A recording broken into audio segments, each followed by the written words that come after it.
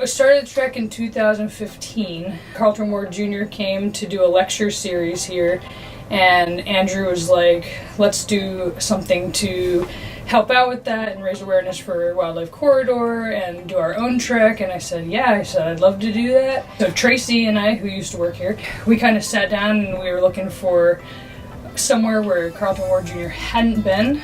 And so we found the Ocean to Lake Trail. It is one of the most diverse trails I've ever seen. Everything from sand dunes to scrublands to rivers and really heavily forested areas to cypress swamp. I mean, it's really neat. It's an awesome trek. I love it. And you see coyote tracks, and you see cat tracks, and you see bear tracks, and all sorts of things. You hear coyotes at night, you hear birds of prey. You get to see the animals, living in their natural environment. You saw different animals each year. This year was super dry, and an alligator on the path, which we hadn't seen either year, which was really neat to see. Every year you get to see something different. It makes me feel good because I've had different people every year, and now we talk about it in our talks. A lot of people, guests that have come to the park that are interested in doing it, or they have come back and they're like, oh, I did this little section that you talked about, and like, that was awesome. I feel like I've gotten a lot more people out there too, because a lot of people don't know that trail even exists. A lot of people are like, it's Florida, it's flat. Well, you also see invasive species like wild boar, and they dig up every part of the trail. It's intense. You're walking through water, you're walking through dry land, you're walking through over roots, under roots, over fallen trees.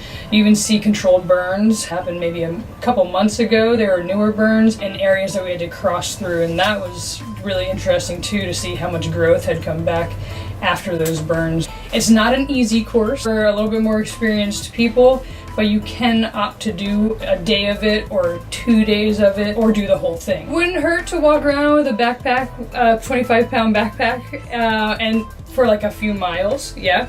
Try to see how far you can go with that and see how you feel after a few miles. Carry all your gear. The last couple of days we don't have to carry as much gear because we have our wonderful curator Jan, who brings us stuff and takes some of our heavy load away, so it's not as strenuous.